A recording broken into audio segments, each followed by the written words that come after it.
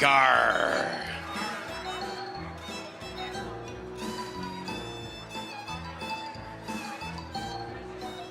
Yes. This is a fertile land, and he will thrive. He will rule over all this land, and we will call it this land.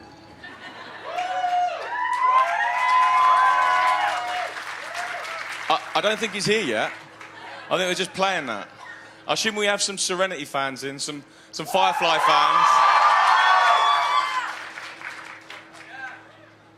Good. Hopefully you've got lots of nice questions to ask Alan when he comes. Oh, hell yeah. Oh, you again. Ah. Oh. There's always one that comes back and haunts you in these Q&As, and it's him. Never going to get rid of me. You know, security. I do know them, and we can eject you. Agile. Okay. Have you enjoyed the Comic-Con so far, guys? We have had some fantastic guests. Do you not believe that?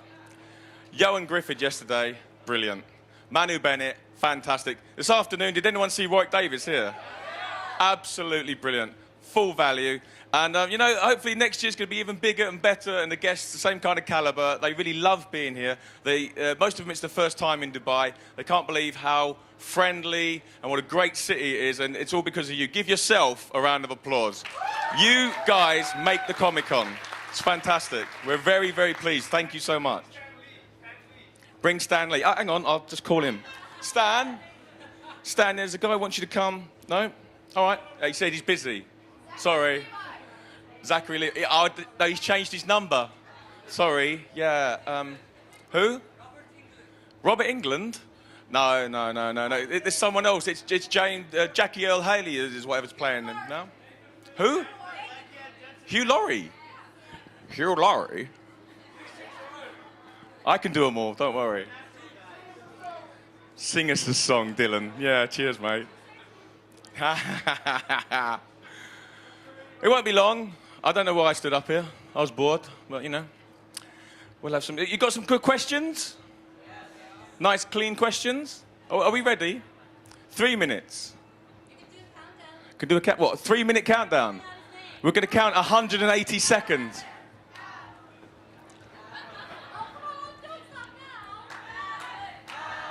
Alan.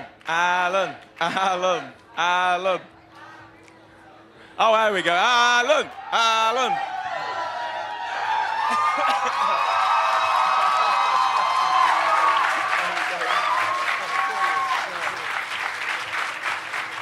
Alan Tudyk, everybody.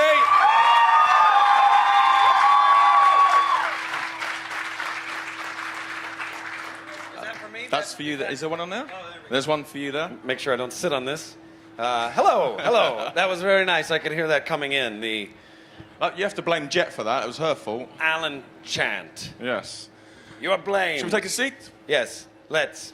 First of all, that was very nice, that little cheer and everything, but let's give him a proper Dubai welcome.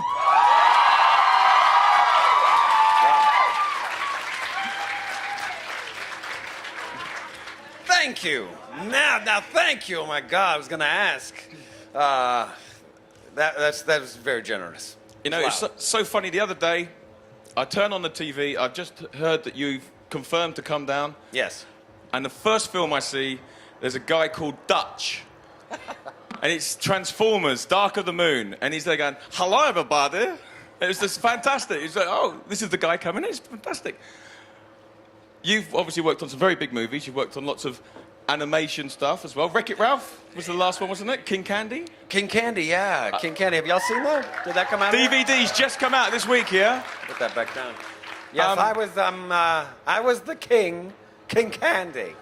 So I don't sound like me necessarily, but it was a fun role. Well, it was King Candy and Turbo. Oh yes, yeah. Well, he was Turbo. He's gone Turbo. So at one point, yeah, Turbo-tastic. It was fun. It was great. I got to do that for a long time. It was a 2-year process. Really, 2 years? Yeah, 2 years to make that. So when you do voice work, obviously, Right. I mean, are you stuck in a booth on your own, or are there other actors around? How do you interact with people? Right. A lot of times you're in the booth. Most of the time for that one, I was in the booth with the director. And then I did work with John C. Reilly for a couple of days, which was amazing. And everything that he and I did together, I could tell the difference whenever I watched it. Because then you have somebody else that is giving you something that you can't guess it the way they're going to say it.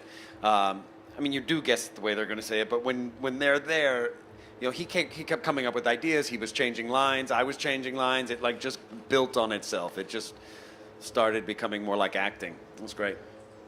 And so, obviously, you give the voice work. Right. Do the animators see you do the performance so they can actually take your facial expression and put that in the animation? Yeah, they have cameras on you all the time. And whenever you're by yourself, you can still come up with things. I was doing something not too long ago, which I can't necessarily talk about yet. It's always so frustrating that they make you... confidentiality stuff, you can't talk about it. But I can tell you there was a character, and he was actually some Englishy type accent. You're going to be here, you're going to be able to judge it. I didn't really study before I did it. I just sort of winged it, so I hope it's okay. But he was an older man, and he was evil. He was an evil man. So the scene was, I have two henchmen who come over, and I say, find the princess. Something about find the princess, and stop her. I think she was doing something bad, that I don't like. I'm like, find the princess and stop her. And if she refuses to stop, no, that's what it is. Find the princess and get her to stop. And if she refuses, you stop her. I hope you understand what I mean. And then in the scene, they leave. Right? That was a good accent. That was a good. That was okay. A good from an English person. Yeah. When we normally hear Keanu Reeves do an English accent in Dracula, it's like the nails on the board. It's like, oh hello, I am not Dracula's friend. No, that was good. That was right. I saw Kenneth Branagh when you did that. Oh, nice. I saw Kenneth Branagh. Nice. Well, thank you. So, in the scene, so that's the scene. They come up. I say, find the princess. Get her to stop. And if she won't stop, you stop her. Do you understand I hope you understand what I mean. And then they walk away. But since it's just me and a microphone, we do it once. I hope you understand what I mean. The second time we do it, when you find her, then stop her. I hope you understand what I mean. Just a simple nod. Oh, you don't understand it? Well, get him to tell you. So you can change it in your head, what's going on. So in my head, one guy nodded and one guy went like that. So do you understand? Just give me a simple nod. One guy went like that and one guy went like that. Well, all right, then get him to understand. And come here, come closer, I said at one time. You're standing on my foot? Get off. All right, now. And they'll animate to that, and you don't know which one they're going to choose. So even though you have lines, whatever your head is, in these bigger animation movies, you can just come up with your own lines, make up your own things. And it's great. You can make up your own jokes. There was one joke in Wreck-It Ralph that didn't make it into the movie. It made it into one showing in New Mexico, and it didn't get a big enough laugh, and so they pulled it. So they'd put the movie together, and they'd show it to test audiences, and they'd fill out cards, and they'd decide what they're going to keep and what they're not going to keep. But it was right when, if you've seen it, there's a point where Wreck-It Ralph is now in my candy game in Sugar Rush. And we're about to start the race. It's the race to get our roster race is what it's called. And so he comes and starts ruining everything, and everybody starts screaming. And I say, stop it, everyone. Don't, please, don't. Everything will begin in a moment. It's going to be fine. Let's not have a race riot on our hands. Because it's a race. And you're never mind. And Disney didn't like a race riot joke in their movie. So it got cut. Animation's multi-layered now anyway, so that it's for the kids, it's for the adults, so right. it'll probably be all right stuff like that. And that one was just for us. That was for us here in Dubai.